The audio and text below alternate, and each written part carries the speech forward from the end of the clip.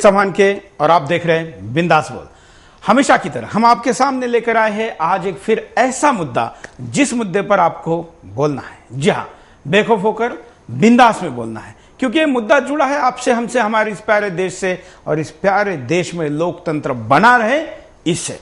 जी हाँ, ये लोकतंत्र इस देश में कई बार खतरे में आया है, और कई बार तो ऐसे भी खतरे में आया है कि जिस तरीके से हमें इस पूरे व्यवस्था को बनाए रखना चाहिए वो उस तरीके से बना के रखी नहीं गई, और इसलिए भी ये खतरे में आया है। इसलिए आज हम आपके सामने ये मुद्दा लेकर आए हैं।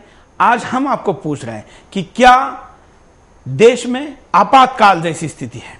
हम आपको ये पूछ रहे हैं इसलिए क्योंकि देश में आपातकाल जैसे सिम्टम्स दिखने लगे हैं, उसके लक्षण दिखने लगे हैं।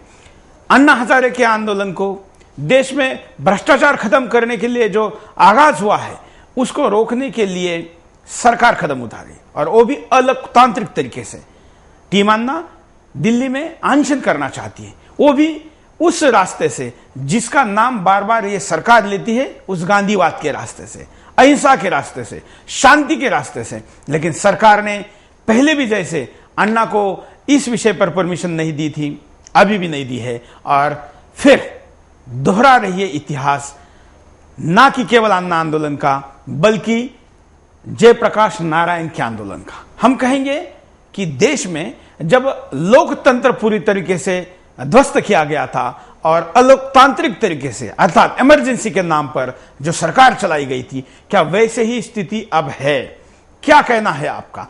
आप जरूर बोलिए। मैं जानता हूं कि आज की युवा पीढ़ी इस बात को नहीं जानती, क्योंकि ये जो स्थिति पिछले कुछ समय में बनी है, उस समय में खास करके 75 के लोग, उस समय समझदार लोग आज एज में काफी हो चुके हैं। वो लोग आगे आकर आज अगर उस स्थिति का वर्णन आज के समय के साथ करें तो शायद आज की पीढ़ी इसको ज्यादा अच्छी तरीके से समझेगी, क्योंकि आज की युवा पीढ़ी ने इमरजेंसी नहीं देखी है। हालांकि हालात वही है, लेकिन फिर भी उसके साथ इसको कंपेयर करके वो समझे, इसलिए हमारे पुरखे, हमारे बुजुर्ग सामने आकर अपनी बात को कहें।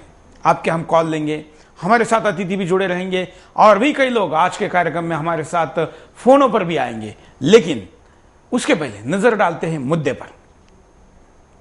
भ्रष्टाचार और काले धन को लेकर एक बार फिर से टीम अन्ना और सरकार आमने सामने है।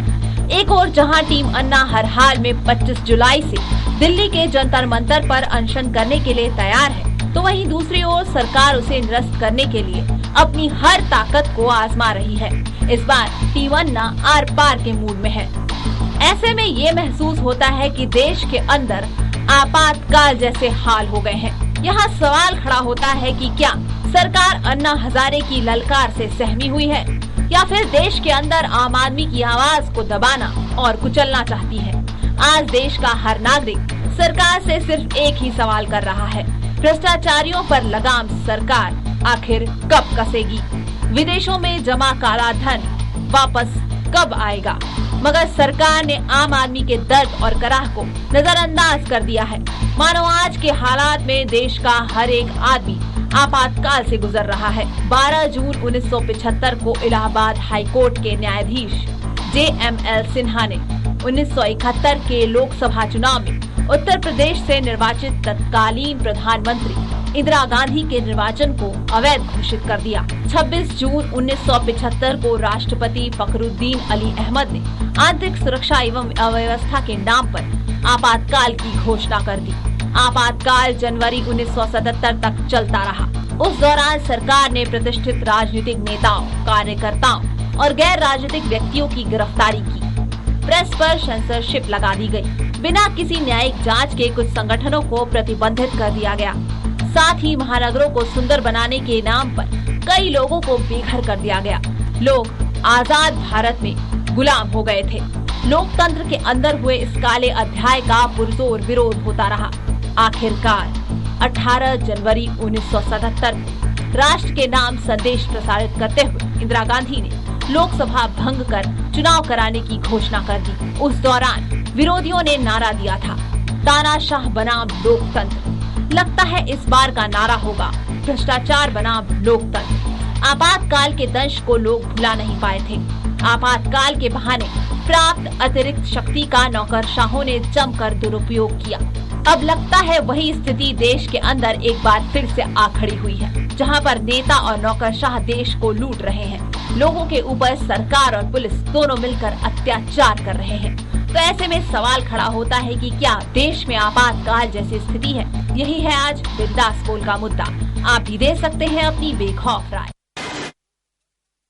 तो ये मुद्दा है और इस मुद्दे पर आपको बोलना है। हमारे साथ कई कॉलर भी यहाँ पर वेटिंग में, हम उनके पास भी चलेंगे। साथ साथ में हमारे पास फेसबुक सोशल नेटवर्किंग साइट की अन्य साइटों के ऊपर भी प्रतिक्रिया आनी शुरू हो गई और आपकी ये सारी प्रतिक्रिया हम बीच बीच में स्क्रीन पर भी दिखाएंगे और आपके सामने पढ़कर भी बताएंगे। आप अपनी प्रतिक्रिया दे सकते हैं। साथ में आपके जो एसएमएस हम तक पहुंच रहे हैं उस एसएमएस को हम स्क्रॉल में भी चला रहे हैं। आप भी कॉल करके अपनी बात को रख सकते हैं। हमारे साथ एक कॉलर जुड़ने वाले हैं, उनके पास भी हम जाएंगे, देखेंगे कॉलर क्या कहना चाहते हैं।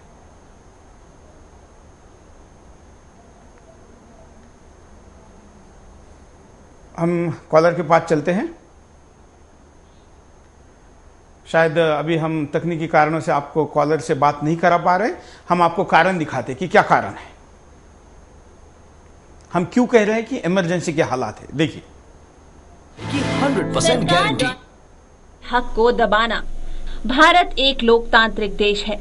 लोकतंत्र में सभी को बराबर का हक मिला हुआ है, लेकिन जब देश की सरकारें जनता के हक पर डाका डालने लगी तो समझो देश पर खतरा मंडरा रहा है।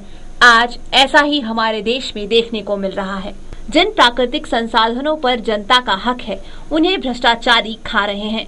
जनता भुखमरी, बीमारी और महंगाई से परेशान है। सरकार का तानाशाही रवैया।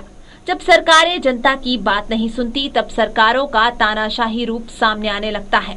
ऐसा ही आज देखने को मिल रहा है। सरकार जनता को, जो कि उसका हक है, शांतिपूर्वक अनशन करने की भी अनुमति नहीं दे रही। ऐसे में सरकार के इरादे साफ हैं। वो हर तरह से जनता की आवाज को दबाना चाहती है। सरकार की नींव का हिलना। जब जब जन आंदोलनों से सरकार की नींव हिली है, वो जनता के ऊपर इमरजेंसी जैसे हालात थोपने से पीछे नहीं हटती। ऐसे में सरकारों को अपने अधिकार जाते हुए दिखते हैं, क्योंकि सरकारों के पास शक्ति तो होती है मगर जनशक्ति नहीं होती, जो कि लोकतंत्र में सबसे बड़ी शक्ति है। युवाओं का भ्रष्ट सरकार के खिलाफ संगठित होना।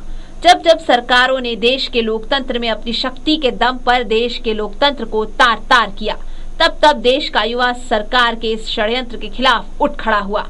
ऐसे में सरकार ने हमेशा युवा शक्ति को दबाने की कोशिश की है। सरकार द्वारा अपनी शक्तियों का दुरुपयोग करना। वो कहते हैं कि जब सर्वनाश सामने दिखता है तो बुद्धि भ्रष्ट हो जाती है। ऐसे ही सरकार की बुद्धि भ्रष्ट हो रही है। वो अपने आप को सुपर पावर समझते हुए ही जनता के अधिकारों का हनन कर रही है। तो ये कारण है जिस कारण से हम आपको कह रहे हैं कि देश में आपातकाल जैसी स्थिति है। क्या कहना है आपका? आप बताइए। हमारे साथ महाराष्ट्र से रामेश्वर जुड़ रहे हैं, सुनते हैं क्या कहते हैं। हाँ जी, नमस्कार। हाँ सर, बोलिए। आपातकाल की स्थिति अपने देश में है सर। जैसे 1975 में आपातकाल की स्थिति आई थी इंदिरा गांधी के कार्यकाल में, वैसी आपातकाल की स्थिति यहाँ पर है। अन्ना हजारे का जो आंदोलन है उनको अनुमति देने का इंतजाम सरकार ने करना चाहिए सर। बिल्कुल। आपकी उम्र क्या है अभी? हाँ जी, मैं 37 साल का हूँ सर। अच्छा, तो उस समय को तो आपने केवल सुना होगा, खुद तो नहीं देखा होगा। नहीं, मैंने बहुत सा समझो अभ्यास किया है सर, उसका अध्ययन मैंने कर लिया है। उनके बारे में जानकारी मिलने से मैं अभी फिलहाल जो अपने देश में अभी की जो परिस्थितियां निर्माण हो रही है, बिल्कुल, उससे मैं गौर करके ये बात कह रहा हूँ।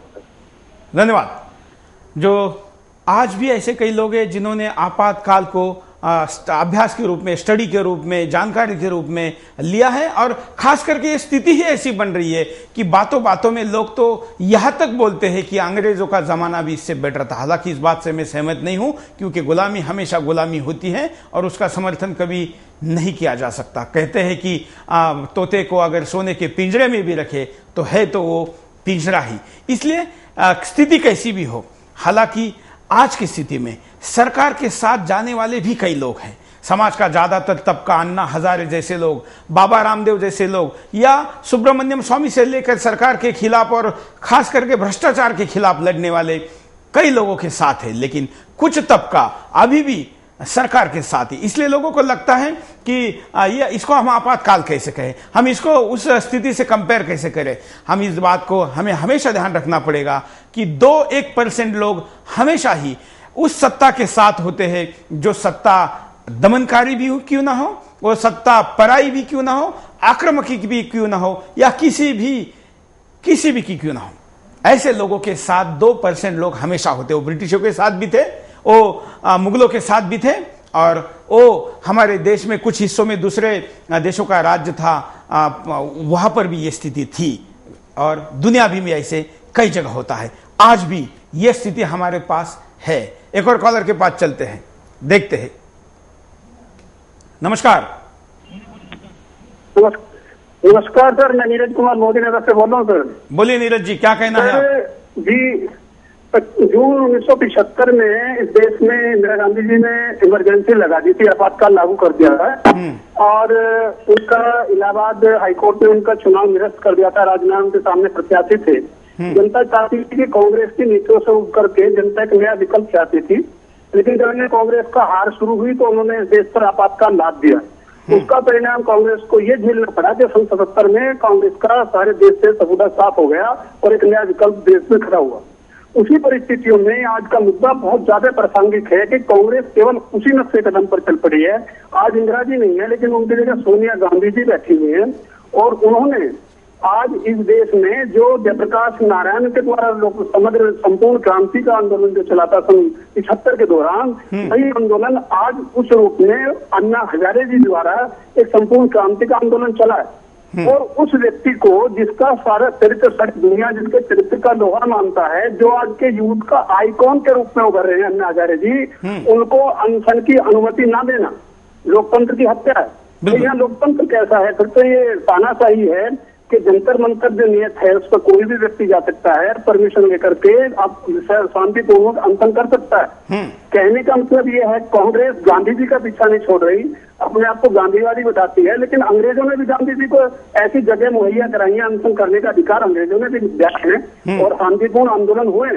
मैं ये पूछना चाहता हूँ इस सरकार से आपके माध्यम के द्वारा कि अन्ना जी और रामदेव जी, स्वामी रामदेव जी महाराज द्वारा जितने भी आंदोलन हुए हैं, क्या किसी आंदोलन में किसी व्यक्ति को एक थप्पड़ एक चाटा किसी ने मारा है? जब इतने लाखों लोग अहिंसक रूप से आंदोलन करके एक नया प्रयोग हो रहा है भारत की भूमि पर, पूरी दुनिया से देख रही है, तो इस प्रयोग में ये बाधक क्यों बने?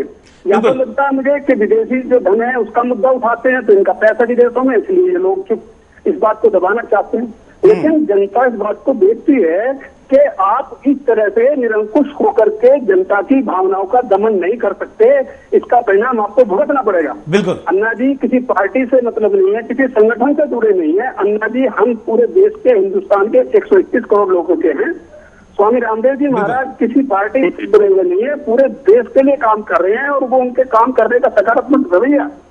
तो जब जनता चाहती है कि लोग हमारे ऐसे महान आत्मा हिंदुस्तान का है, ये हमारा सौभाग्य है कि कितने वर्षों बाद हमें ऐसे कुछ करने को मिला है सामाजिक रूप से, तो इनमें अड़चन डालकर कांग्रेस क्या संदेश देना चाहती है पूरी दुनिया के अंदर कि यहाँ केवल कांग्रेस ही विचारधारा है पूरे देश के अंदर, और विचारधारा का व्यक्ति को रहने का अधिकार नहीं है। तो मैं इन लोगों से आपके माध्यम से प्रश्न पूछना चाहता हूँ कि आप अगर लोकतंत्र का ढिंढोरा पीटते हैं और जनतंत्र की बात करते हैं, तो अन्ना जी को, स्वामी रामदेव जी को आंदोलन करने के लिए पूरी स्वतंत्रता दीजिए, वरना सन 77 का इतिहास दोहराने के लिए जनता तैयार है। अभी आम चुनाव होंगे और उसका परिणाम आपको पता लग जाएगा कि जनता क्या चाहती है। मैं आपके माध्यम से यही बात करना चाहता हूँ। धन्यवाद। बहुत बात आपने अच्छी कही है। हालांकि मैं साथ में इस बात को जोड़ूंगा कि एक चाटा भी किसी के ऊपर लगा है क्या, ये बात जो हमारे कॉलर ने कही, मैं कहूंगा कि तमाचा लगा है सरकार के मुंह पर, और इसलिए किसी व्यक्ति को भले ही कुछ नुकसान हो जाए, सरकार ऐसे आंदोलन को परमिशन देगी, लेकिन जब सरकार के मुंह पर चाटा नहीं तमाचा पड़ता है तो उसको कैसे देगी? काला मुंह दिखाने के लायक जब नहीं है तो कैसे दिखाएगी? और वो बात इस आंदोलन को रोकने से बार बार सामने आ रही है। एक और कॉलर के पास भी चलेंगे, आपकी बात को रखेंगे। आप अपनी बात को रखने के लिए एसएमएस भी कर सकते हैं। आपके एसएमएस को हम स्क्रीन पर पढ़ के भी बताएंगे और साथ साथ में जो स्क्रॉल है उसमें भी दिखाएंगे। अगले कॉलर के पास चलते हैं। नमस्कार सर। नमस्कार, बोलिए क्या कहना है आपका? हेलो, नमस्कार सर, मैं अमर सिंह साहब से बोल रहा हूँ। हाँ, क्या कहना है? सर ये हमारे पाकिस्तान या कुछ जिंदाल के जो पकड़े हैं, पाकिस्तान हमेशा धमकी देते रहता है, हाथ मिलाते रहते हैं हमारे देश के प्रधानमंत्री मनमोहन सिंह। चलिए, हम इस मुद्दे पर कार्यक्रम कर चुके हैं और अलग से विषय जब होता है तब उसी विषय पर बात करें तो ज्यादा अच्छा रहेगा। आज का विषय, क्या देश में आपातकाल जैसी स्थिति है, क्या देश में इमरजेंसी जैसे हालात है, क्या ये 1975 में जिस तरीके से सरकार ने दमन का चक्र चलाया था उसके जैसा नहीं है? क्यों नहीं टीम अन्ना को एक लोकतांत्रिक अधिकार को आजमाने का मौका नहीं दिया जा रहा? एक और कॉलर के पास भी चलते हैं। आप भी कॉल कर सकते हैं, अपनी बात को रख सकते हैं। अपनी बात रखने के लिए आप स्क्रीन पर चल रहे नंबरों पर कॉल करके अपनी बात कहें। अब यहां पर एक छोटे से ब्रेक के लिए, ब्रेक के बाद दोबारा आएंगे। बिंदास बोल जारी है।